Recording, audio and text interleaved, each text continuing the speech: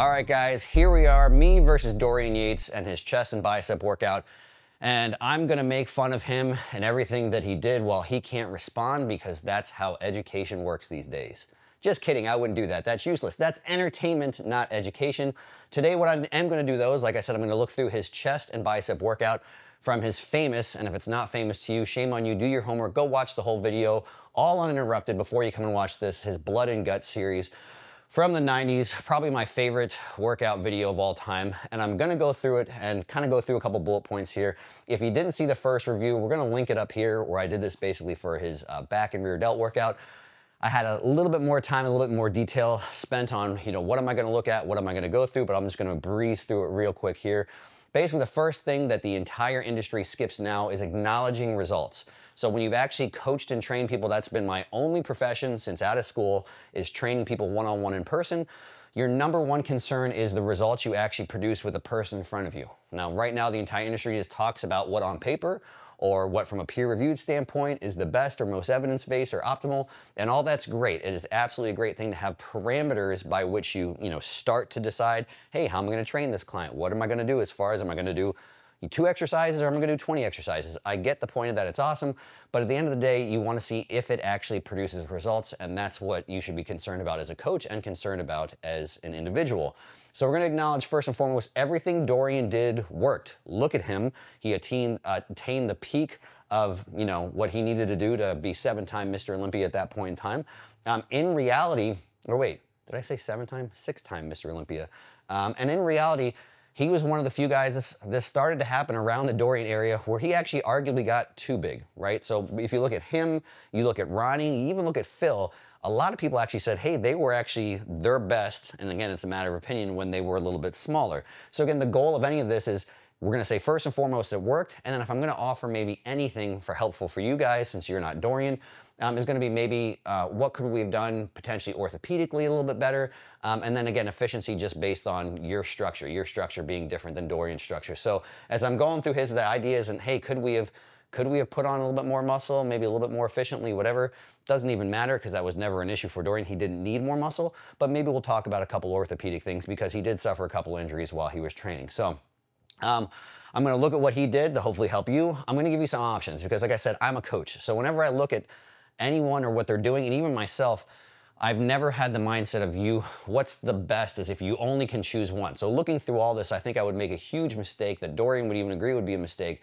if I said this is the best exercise, this is what you have to do. Because again, that's half of the way that he found out what exercises work best for him were just variations of maybe someone else said, hey, you have to do this. And he's like, oh, well, this worked a little bit better for me. So options, one, because to fit you as an individual, because again, you're not Dorian, structure does make a difference, but also for different equipment. So some of the equipment he's gonna have, obviously not everybody has. So we'll go through some options there. I'm gonna draw because that's what you're all here for. I like to say that I'm like the Bob Ross of bodybuilding. I'm gonna draw some happy little moment arms and things like that as we go along, because I say physics don't lie. Now I could mess up and draw some dumb stuff because I'm not the smartest person on the planet, but I'm gonna try and actually just give you as much as I can an unbiased, unemotional view of, hey, what's going on? Where's the force here? How is it being applied to his body? And again, give you some things to think about as well. And I'm not gonna be basically like a talk show or soap opera. I don't know if kids know what a soap opera is. It's where people watch something that's just all for emotionally charged BS that has no real value in life. So again, I'm not here just to make fun of somebody and for our entertainment. I'm here to actually hopefully provide some educational value. So yeah, that's where we're at. As I did with the last video, in case you're new here, I always like to start with a Dorian quote. Oh yeah, and I want to go back here. Well, we can look at this picture. So like I said, we look at Dorian, we look at his chest. I mean, again, even at the top level, some guys actually had body parts they were looking to bring up. Chest was not one of those for Dorian. So we're going to look through and say, hey, everything works. So he has extremely well-developed, kind of what you would call outer lower chest. And even, yeah, let's go back to the last picture. It's a little bit bigger. And even if we look towards the upper chest, we see we've got this glorious upper chest shelf here. So if we had this kind of right up here, all the way up to this is where you actually start to see some stuff that these are all attached to the sternum. This is where it starts to attach to the clavicle, and you can literally see these fibers just springing up in this mountainous, glorious upper pec shelf. So from top to bottom, and then looking here from the ones that all the way attach all the way down to the sternum, some of them to the ribs, and then obviously going through here, all this is origin to insertion over here. top to bottom, pretty much a near perfect chest. So we're gonna go through some of his exercise selection, acknowledge why it works so well, and then like I said, we'll individualize some stuff hopefully from there. So I like to put Dorian quotes because if you didn't see the first video, Dorian's probably my favorite all-time bodybuilder, more than anything else for his physique is awesome and ridiculous and just kind of the epitome of like, this is what bodybuilding should be in my opinion. Just kind of this hardcore monk life, just actually doing the stuff, having like, when I think bodybuilding, I think work ethic and I think adherence to stuff that's not glamorous, not cool, and nobody else wants to do. Now, social media's kind of changed some of that a little bit, but this guy was literally just living in a dungeon, living in his apartment. He literally talked about like he wouldn't even like he had no normal life for almost 10 years because he didn't want to be away from the house for too long, to miss a meal. I mean, and again, that's crazy if you're a normal person, but it's not crazy if that's how you make your living, and it worked. So one of my favorite things he writes about here is talking about particularly the last set and the last reps. And if there's something that as a coach I love and kind of like obsessive about, and if I really look at it as like a gauge to like how impressed am I by someone, which you may or may not care about, but you should, because I think my opinion's important, right? All right, anyway.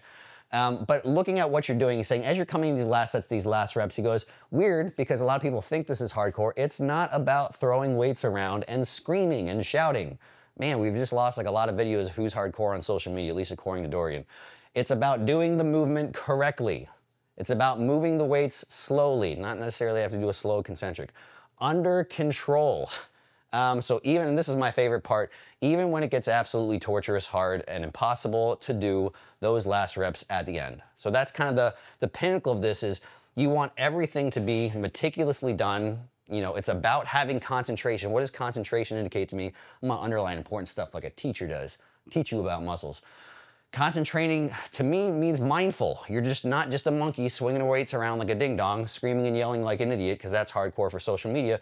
No, it's like all of this is very intentional, very mindful, and most importantly, he acknowledges especially the last reps. Now, again, we could get into the arguments that, again, the nerds will argue about. Do you actually have to train all the way to failure? What if it's a rep short, 2 reps short? Yes, all of that has some merit, but everybody should acknowledge that as you get closer to failure, if you stay, most normal human beings, if you stay 5 reps short of failure, 10 reps short of failure forever, you know, you're not gonna have the necessary stimulus probably to keep on growing. And when we're talking reps and we're talking close to failure, why I love this part is because this is where people mess up. They mess up when it matters most. If you're saying, hey, how many reps am I, you know, close to failure, 1 short of failure?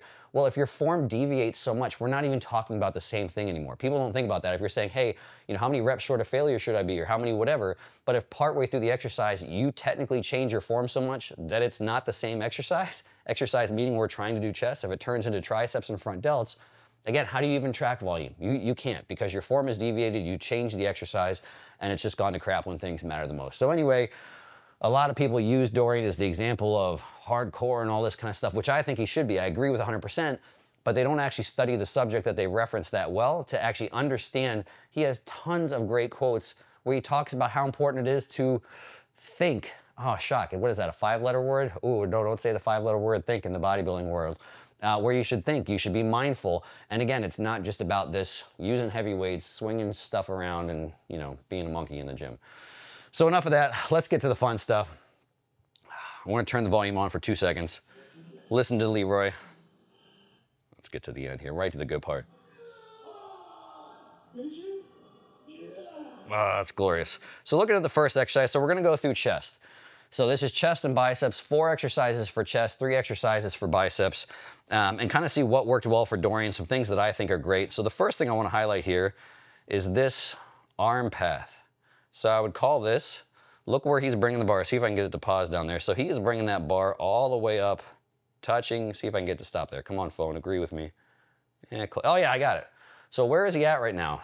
He's a millimeter away from death, right? So he literally has this on top of his clavicle, touching his throat.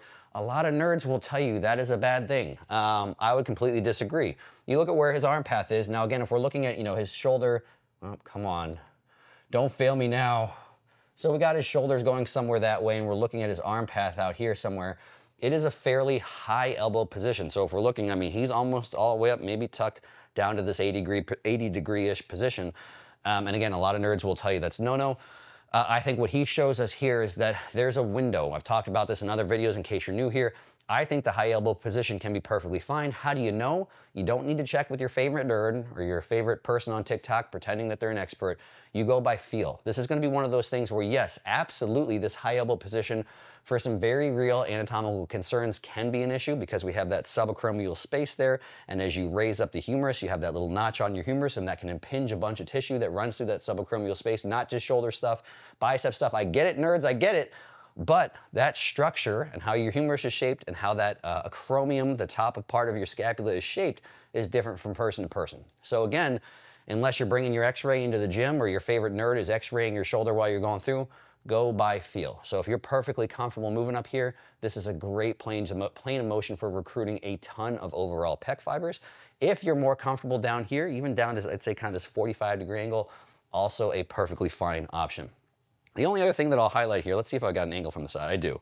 So the only other thing that I'll highlight here is I think you can see the way that Dorian moves this weight is awesome, but also recognize the arbitrariness of a barbell anytime you're doing a press. So one, what would be some options here? I think honestly any incline would be perfectly fine. So Dorian found out that incline barbell worked great for him. I like the notion of starting with incline. One, because for most people I think it's a little bit more shoulder friendly.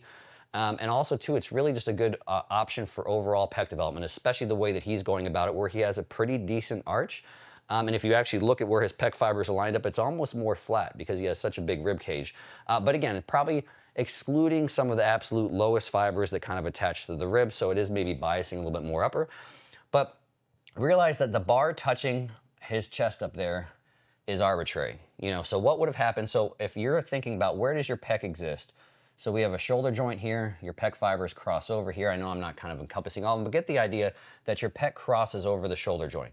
So all that your pec really recognizes is this shoulder joint, you know, kind of relative to your upper arm.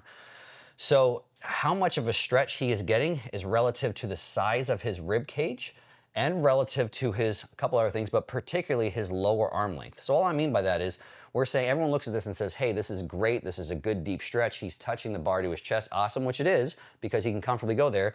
But what if that's the very end? What if that is the absolute deepest stretch he can have without having any shoulder pain? Well, what would have happened if Dorian was born with an arm, his lower arm, that was half an inch longer? Well, as far as his shoulder's concerned, you can watch this. So again, this distance apart from here would be the same amount of shoulder torque or joint torque. So again, the same amount of challenge that would be on the chest. And it would be the exact same range of motion, again, from a pec concern. So again, going through the exact same angle change, the exact same amount of stretch. As far as the pec is concerned, nothing has changed. But where would the bar be? The bar would be half an inch above his chest.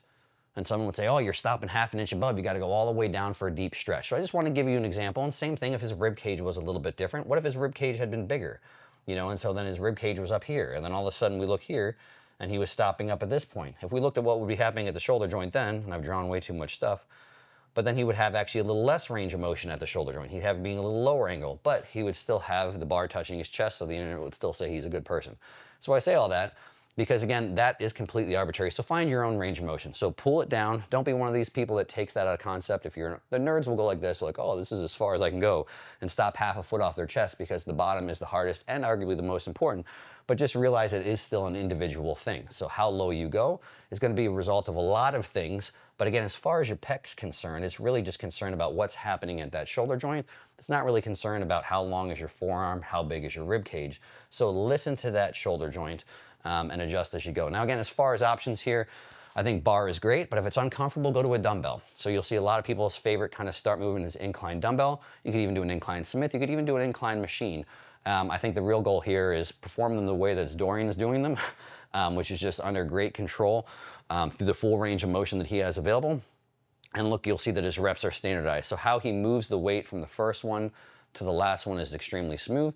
And he's got a great relationship. I touched on the first one with his training partner there. Some people say, oh, he's got his fingers touching the whole time. That stuff doesn't matter, right? As long as it's standardized. Now, again, if you've got your gym bro, that's your best bro, and he's just concerned about how much weight you're broing around, and you're just concerned about broing around, and every single time you put more weight on the bar, your bro's just curling more weight, then obviously that's not standardized. I'm gonna guess the way that he spots is probably near science, right? So again, how long he's been doing this, how long he was training with Dorian, the level of communication back and forth, Dorian saying, here's how I want you touching, here's how much I want you helping. again, I'm sure it was extremely standardized. So yeah, for most normal people, it'd be great maybe not to have someone have their hands on the bar whole time, because then you're trusting them to standardize the rep.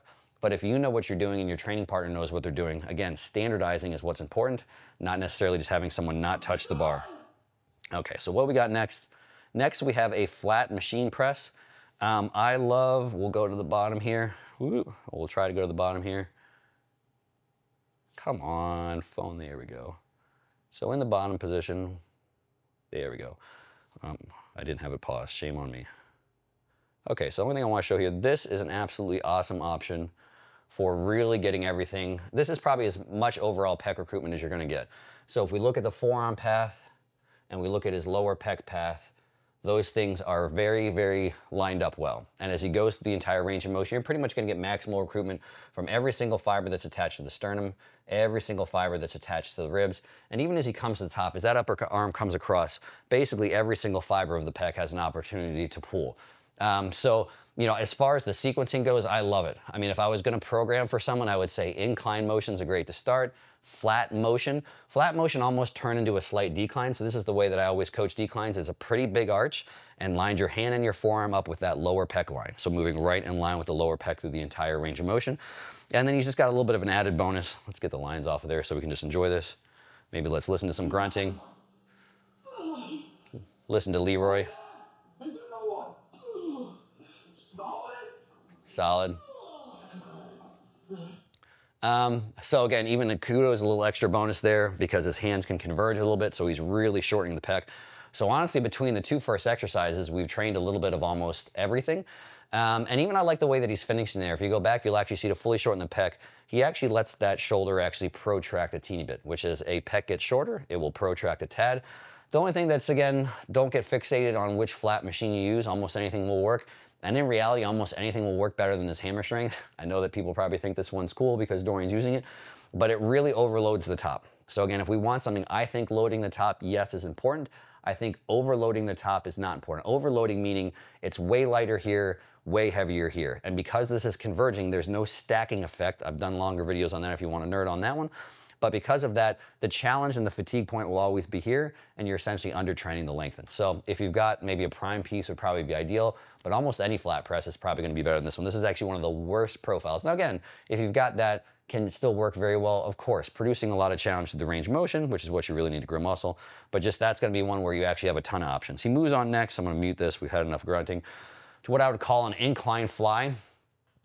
This is probably one of the only exercises where I see a little bit of redundancy, which is not a big deal. So again, some of this is, Dorian was such a low volume trainer that some of this redundancy, arguably, I don't always use that as a bad word, may have been necessary to get as much stimulus as he wanted. The thing I wanted to show here is his arm path. I'm gonna stop right here.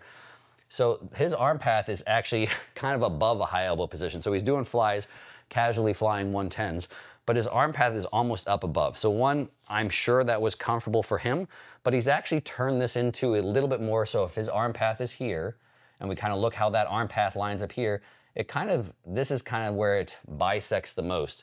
It's kind of right in the middle of his chest. And so again, I'm not saying that's a bad thing at all. He's still absolutely getting some upper chest, because basically if this is the plane, then everything either side of that plane can work well too. But this is honestly more of like almost like a flat press, almost more of like a decline type motion really. So he's starting to shift. The first one had a little bit more upper chest. Second one was a little bit more overall. And this one's kind of in a similar path. So this is why I say there's a teeniest bit of redundancy here, but then also he might get more range of motion here. He might have a deeper stretch. So the other one, he's limited here. Lots of times with flies, and especially being in a slightly different hand position, a little bit more freedom to arm path, he might actually be abducting that upper arm a little bit further horizontally and maybe getting a little bit of a deeper stretch. And obviously from a visual standpoint, you can see how much those pec fibers are stretching. You can see that upper arm is right in plane with a ton of them. But again, from a programming standpoint at home, you know, I wouldn't say this fourth exercise is a must. If you like the first two better and you want a little bit more volume, maybe do more of those. But that's just kind of splitting hairs at this point in time. Glorious. Casually flying 110s. I also like the slight elbow bend. So a lot of people feel like when you fly, you have to keep the elbow straight. Especially at the bottom, that slight elbow bend can make it more comfortable on your shoulder, so more stretch of the pec without having some bicep issues. So a lot of people, when they go deep, they feel their biceps a lot. They can actually feel shoulder stuff that might actually be bicep tendon, not actually technically shoulder structure. So like he's doing there, Highly recommend bending your elbows a little bit more in flies. And here we come into a fly variation. I mean, how much do you need someone yelling at you for flies? We'll mute that one. Leroy, I love it, but I don't need too much motivation for flies. So the only thing, if I would really say, so what are we getting different here? So one, it's a fly, and if we look where he's at the bottom, so let's go right about here. So look at where this line of force is. So this is the line of force, obviously pulling this way. This is extremely far. Obviously, this is not quite the perfect drawing because I would have to do the plane a little bit perfect, but this is the camera angle we got. But there's a large moment arm here. If you're new here, I talk about moment arms, get over it. But really this means for a given load, there's a ton of challenge in that shortened position.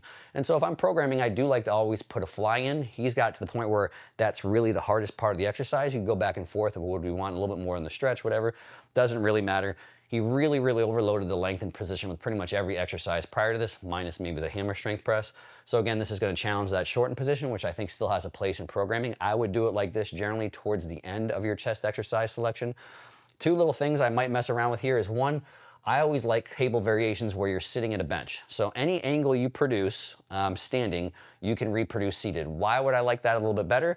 Well, because then one, I mean, if he's spotting, I don't know how much he's keeping him from moving back and forth. Dorian's obviously got stuff pretty strict, but the more that load pulls back, and especially the more you load that lengthened position, the more it is a little bit of a balancing act. Now, the fact that he's really overloading the bottom position, maybe he didn't feel like he needed a bench, maybe he just never tried it, I don't know, but there's not as much juggling back and forth. But if you've got a fly that stretches a lot, you're gonna have to do a lot of this balancing. So again, you guys will see very often if I'm programming fly variations, cable variations, when convenient, just sit, take a bench, keeps everything more strict, and then you can actually generally load heavier because you're not having to balance this back and forth type stuff.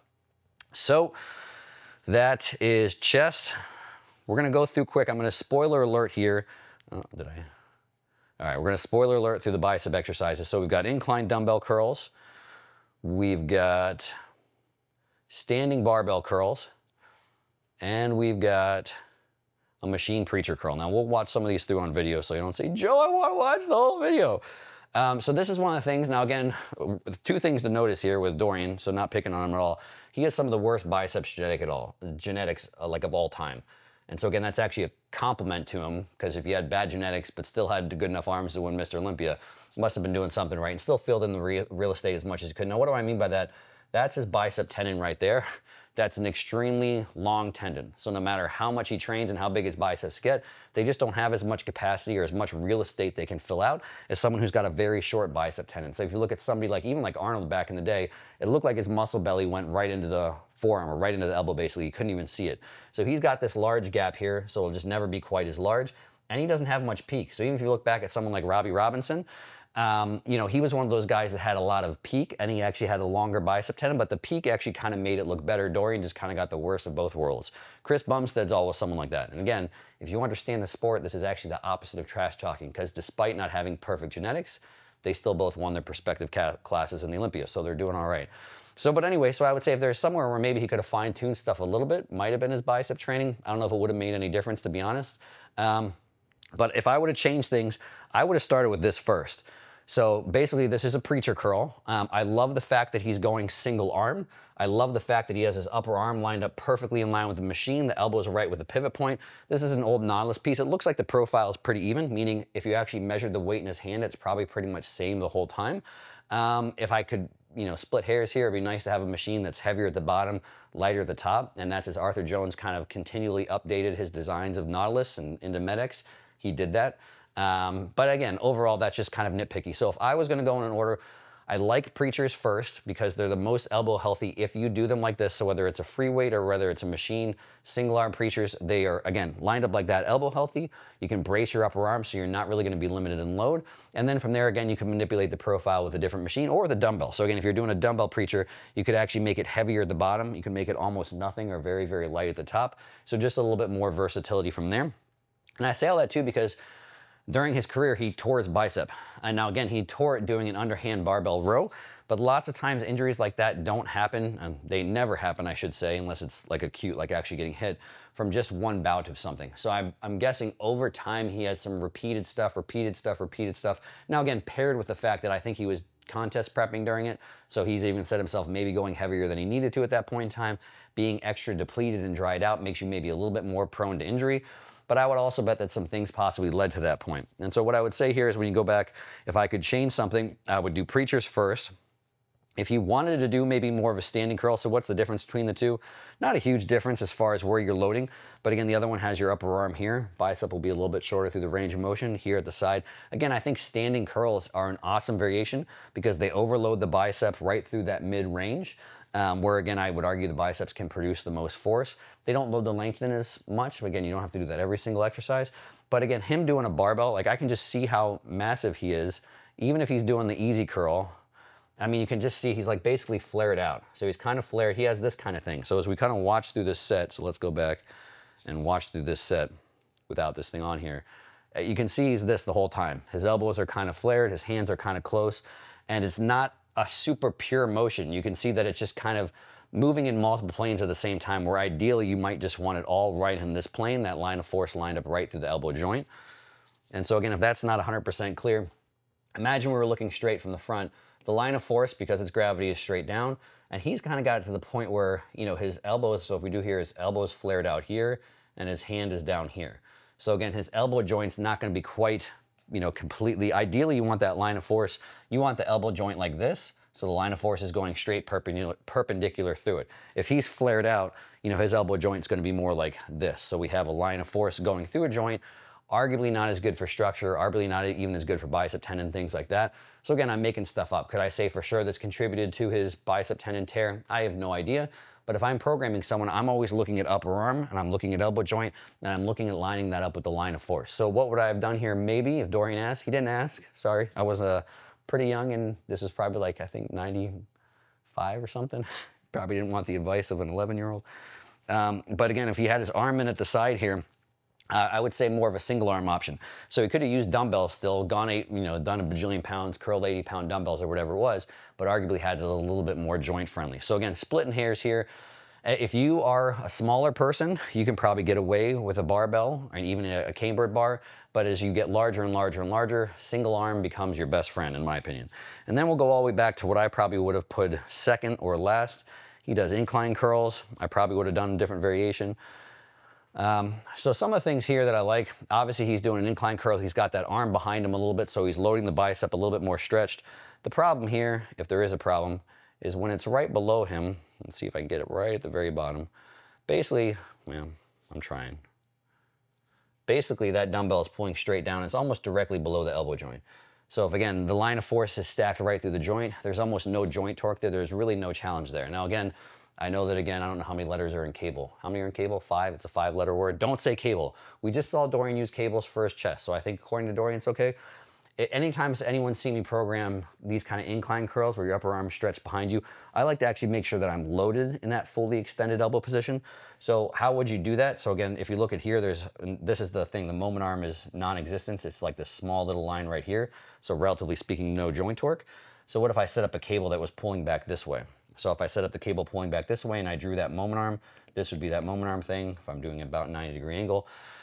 So this would be the point where there's a lot of challenge, a lot of joint torque in that stretch position. So I would have the exact same setup, the exact same position, but just cables pulling from straight behind. So a little bit more challenge in that lengthened position, and arguably could even line up a little bit better. You can see as he's curling through here, he kind of has a little bit of the same stuff. He's kind of got that elbow flaring. You can see this kind of like motion where there's even some extra motion coming at the shoulder joint. I mean, he's so big that, his arm is almost like out here at the top. So it starts here, and there's like this external rotation type motion as it comes up to the top, nitpicking maybe a little bit more shoulder motion than you would ideally want. But again, that's kind of me just splitting hairs. But I would say if you're at home and you're watching this and you're a little bit, again, smaller, because again, Dorian, this is a result of how huge his arms are and how huge his lat is, just really pushing his arm out the side. If you're a more normal person, you could probably get away with doing an incline curl with dumbbells and probably not have as much of an issue. Again, not having to do cables for lining up purposes, but you're still losing out on some of the challenge. So if I was gonna redo biceps here, I might start with the preacher curl variation first, maybe right from there go into an incline variation. And that's probably all you really need. You know, if you wanted to throw a standing dumbbell curl just for a little bit of a different upper arm position, maybe just a little bit more volume, I think that's perfectly fine as well. But again, if you're Dorian size, I'd probably recommend maybe just going one arm at a time just to make sure that it's a little bit more elbow healthy. But again, that's kind of all splitting hairs. It would be tough to say, again, that would that have made his biceps significantly better? And there's a lot to be said for bicep genetics. Now, again, I said, if you're looking from the inside and looking at heads of the bicep, it's not as impressive from the inside, but that's the beautiful part about training. If you train really, really hard, and this tends to be, again, a little bit of a genetic thing, his biceps still look super impressive. And on most poses, the only pose that's really hurting him is the front double bicep. His biceps are so big on almost every other pose. All of his side poses, they look great. His side poses from the side tricep, side chest, side tricep, his biceps look huge. So again, that's the nature of bodybuilding. You know, your genetics are gonna limit maybe some of your poses, but if you still train as hard as you can and progressively over time, as Dorian obviously did, you can still get some massive body parts. They might just not look as pretty as the next guy. So that would be my only nitpicking as we go through there. But overall, I like the structure. So like I said, that's hopefully you guys remember what I said going through the chest. Might cut down one exercise, gave you guys some little different options here. Biceps, I might cut down one exercise and again, give you guys some different options there. But overall, just a really good structure to a workout and a really good chest and bicep workout. So that is that for this workout review. Hopefully you guys saw some stuff that he did really well. Hopefully it made you think a little bit about how, because you're different, your structure's different, and just maybe not in the exact same gym, have some different options. And per the usual, if you guys have questions, comments, concerns, don't hesitate to get down in the comments section. And if you're looking to support the channel, you can look down in the description below, check out my app. There's a link in there for some merch if you want a shirt. But if you want especially programs, workouts with this type of thought process behind them, I wrote them. Check it out in there. Got a lot of programs to choose from.